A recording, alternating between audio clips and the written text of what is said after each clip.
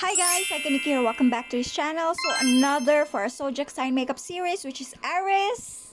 I hope you like it. Please don't forget to like, share, and subscribe. See you in our next makeup series.